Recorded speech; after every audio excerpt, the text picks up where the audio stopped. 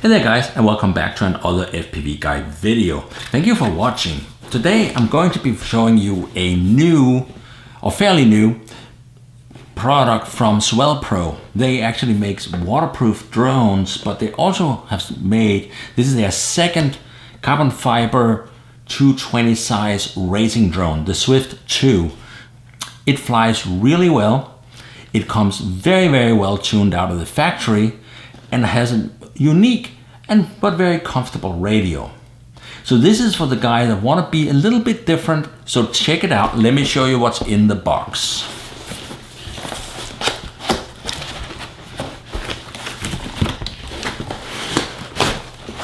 Upside down.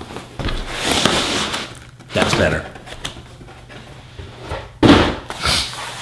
All right, gents, here is the user manual, and there is something to be said for a company that takes the time to create an actual user manual for their product. That is a manual. It comes with 2 sets of propellers, so there is 1 set of tree props in spare, and installed on the aircraft we got 4 very bright orange propellers, which seems to be the signature color of everything from Swellpro. At least you can find it when you crash it. Or I would crash it, so for me this is helpful. Also in the box is 2 batteries. So there's 1,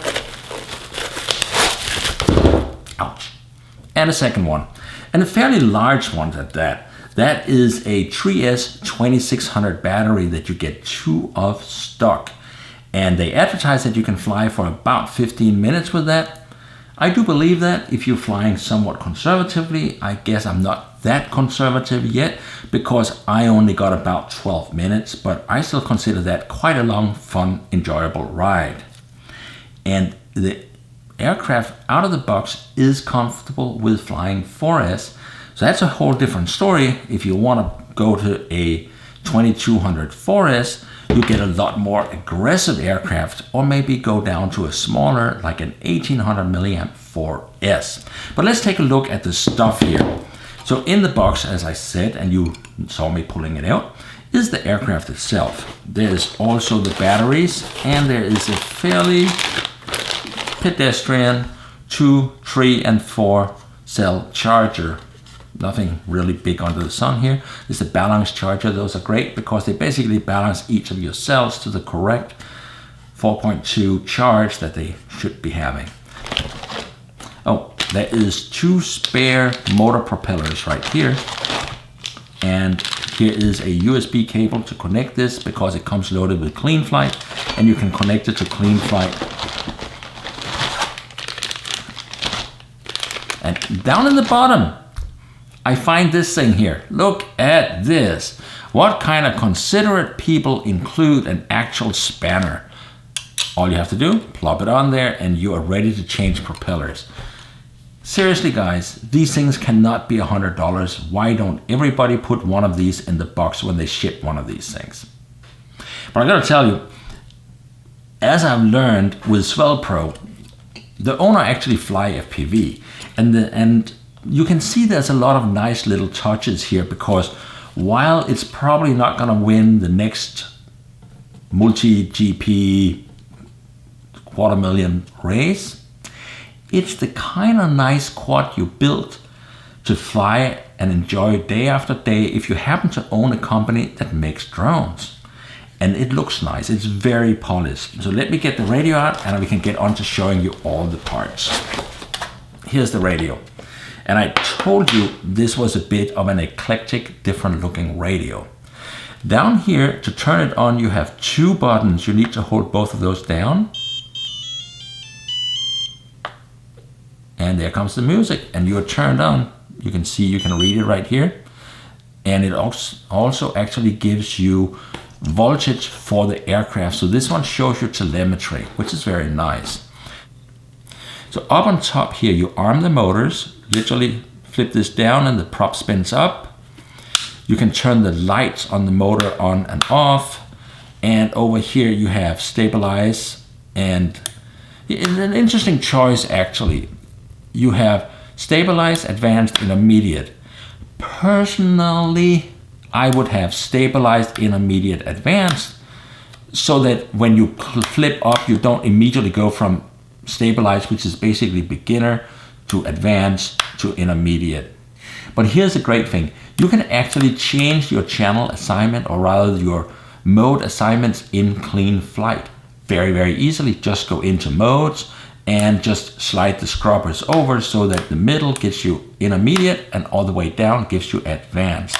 That's how I like to fly, because when I'm flying in goggles, by the way, I'm a pincher, as you probably know, I reach for my modes thing and I want to flip all the way and be in advanced, and I want to do like this and know I'm in stabilized when I come into land. And frankly, I don't really use the switch position in the middle, because the switch position in the middle is just getting to the next one. So I would like to have my favorite modes on the two extremes of that switched.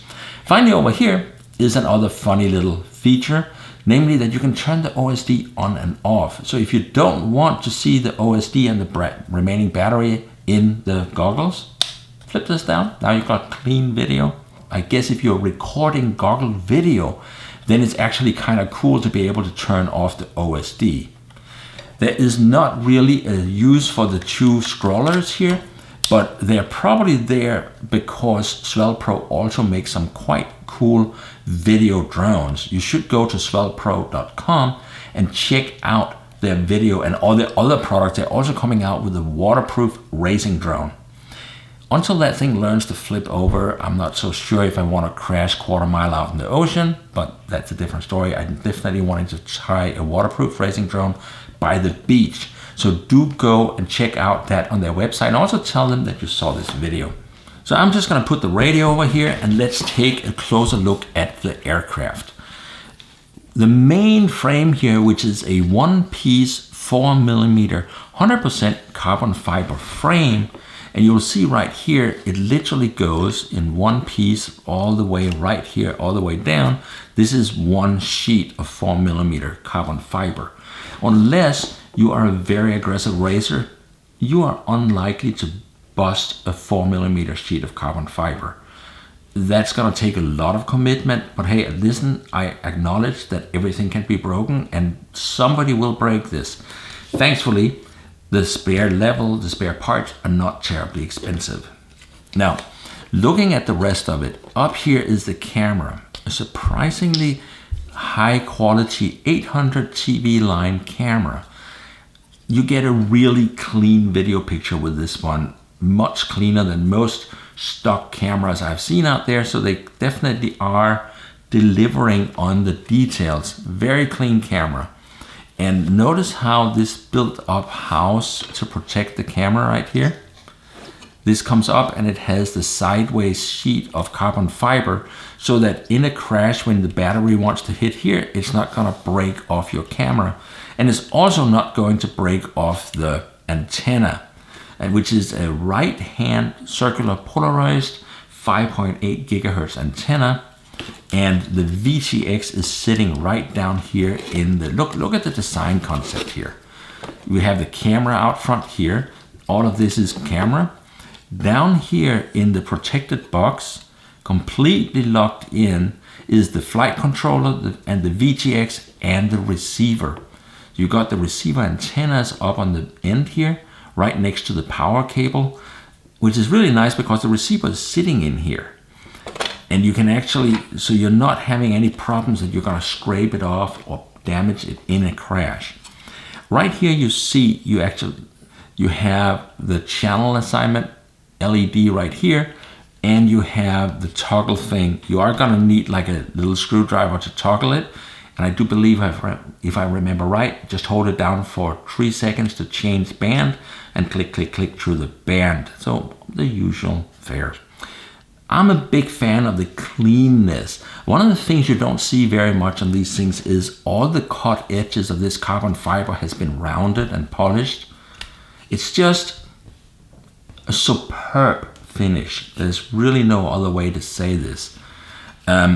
Now, to install the battery on this thing, you take the battery here, you want to slide it through the cable.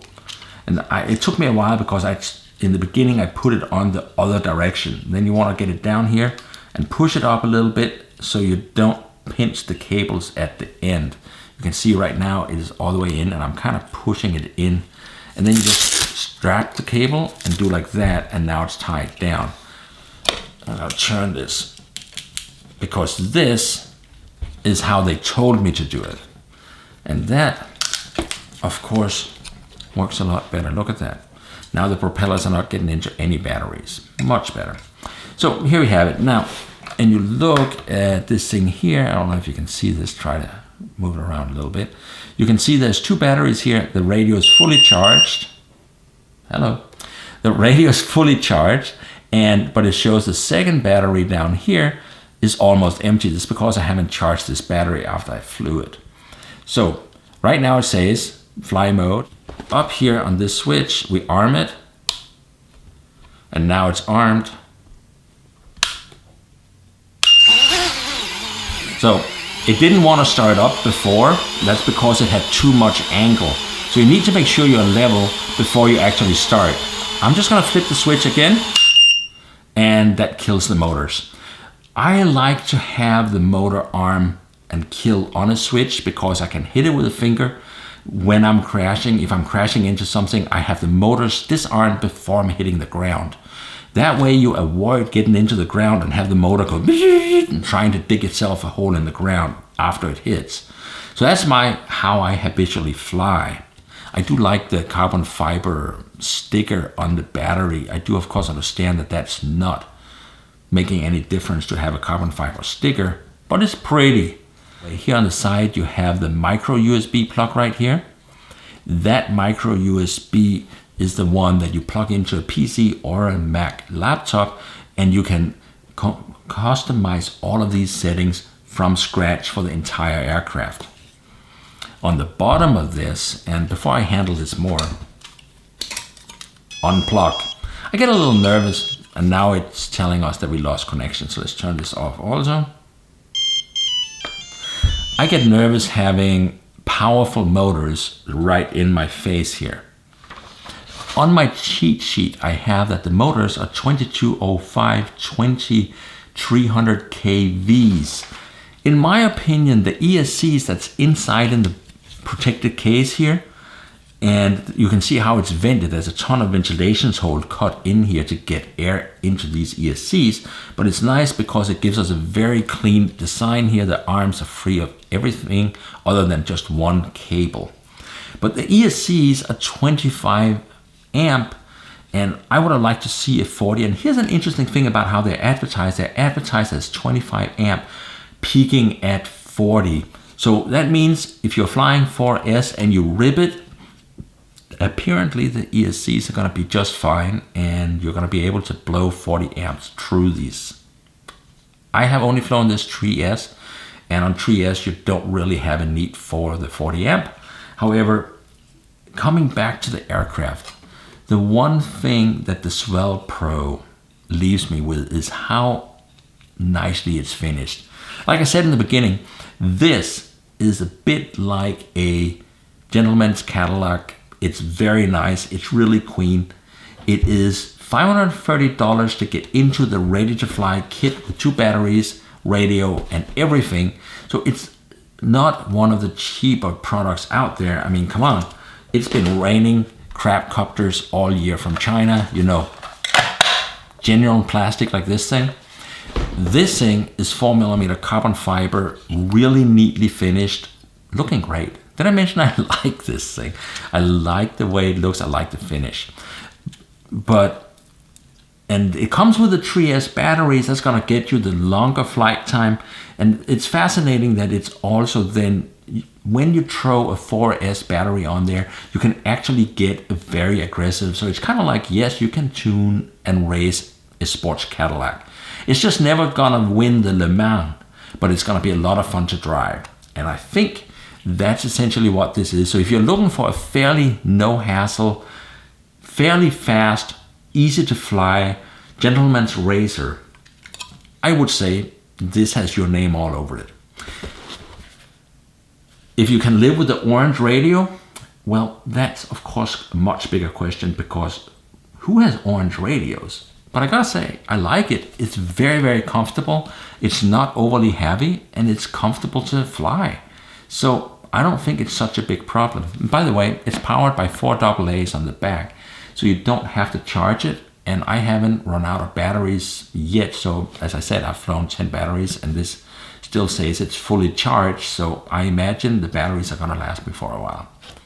As I wrap this up, I wanna show you my newest toy here that I've been using lately. It is the race tracker from Team Black Sheep.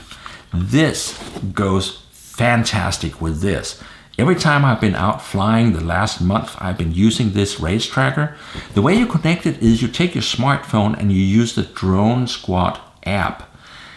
And then you log into this one, just bind it on the Bluetooth.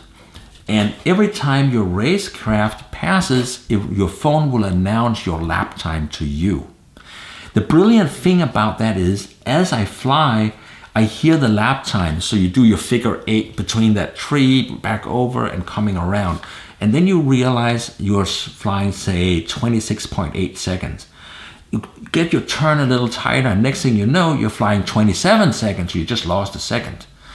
And the fact that it announces the lap times to me is what have really improved my flying this spring. Just simply because I keep hearing the lap times, and I'm competing with myself and the lap timer. Check it out. They're $60 from Team Black Sheep. You can get them a lot of different places. To operate them, you use dronesquad.com. It's an app on most smartphones. And I'm in there actually with LA Teeny Whoop. So it's LA Teeny Whoop. So if you pick one of these up, also join me on LA Teeny Whoop, and you'll know whenever we are flying. So there you have it. A very nicely finished and appointed gentleman's racer with a orange radio, 5.8 video, and a surprisingly good camera, a really good camera up front here. That is your $530 product for today, ready to fly out of the box, the Swift2 from Swellpro. Also check out Swellpro's website, because they do make a ton of quite cool products. They're definitely one of the more eclectic product makers in the drone universe. And that kind of makes me smile when I see what they're making here, because they fiddled with this for a while. The same way they fiddle with making their waterproof drones and their waterproof racing drone that you probably saw me show at CES this year. They put some time and thought into it, and I like stuff that shows that they thought about it. So anyway, that's the one. I'm gonna get some flight time on it, and follow me on fpvguy.com.